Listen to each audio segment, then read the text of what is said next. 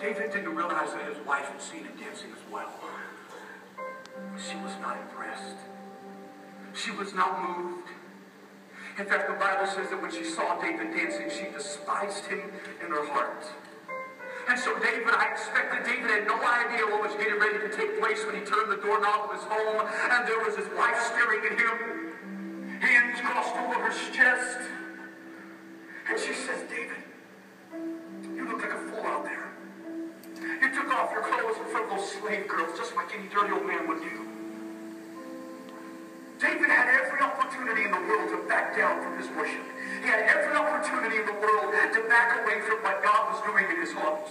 Some of us have been given the opportunity of a lifetime here in this convention to give God everything that we have, but instead of jumping headlong into the presence of God, we've taken a step back, we've taken a leap backwards and said, okay, I'm going to let them worship you and I'm just going to do it my way. That could have easily been David. He could have walked away from the presence of God, convinced that there was no reason for him to get excited, but instead, David turned to his wife, and every now and then you've got to learn to turn to the people who criticize you, the people who walked out on you, the people who abandoned you. Every now and then you've got to learn that it's not about everybody else, but sometimes it's just about you and God. And David turned to his wife. David said, it was before the Lord who appointed me rather than your father. Did you know that David's father-in-law, the father of his wife, had been the king of Israel before him? See, in other words, what David was saying to the Lord, what David was saying to Michael is, it doesn't matter that your dad was the king before me. I'm not worshiping because your dad was the king before me. I'm worshiping God because God put me on this throne. God knows all about my life, and God put me on this throne. God knows where I've come from. He knows what my life has been like, and He put me here, and I will worship Him, not because of your dad, but because of God Himself. And then David, once again, he said, I will celebrate the Lord. I will celebrate the Lord.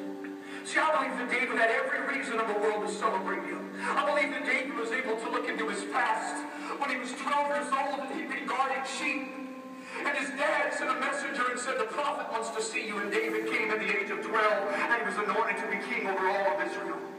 Everybody didn't care about him. Nobody recognized him. Nobody believed in him. But David still was anointed to be king over all of Israel at the age of 12. I imagine that David remembered when he was 14 years old, when he killed a lion with his bare hands and a bear and ripped his jaw apart with his two hands. And still, David walked out on a battlefield and there was a giant by the name of Goliath. I imagine that David looked back and he remembered those moments when he could have ran and he could have cowered, but instead, he stayed. And that David can remember the time when his father-in-law tried to kill him twice. I bet David can remember the bad. I bet David can remember the time when his family was kidnapped and held for ransom. If your life had ever fallen apart, maybe your life has fallen apart.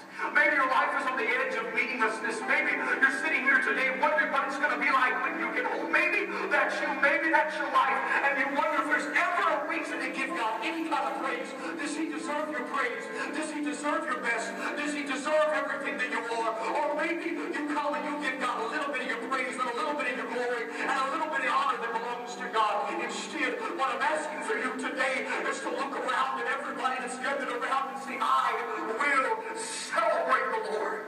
I know where I've come from.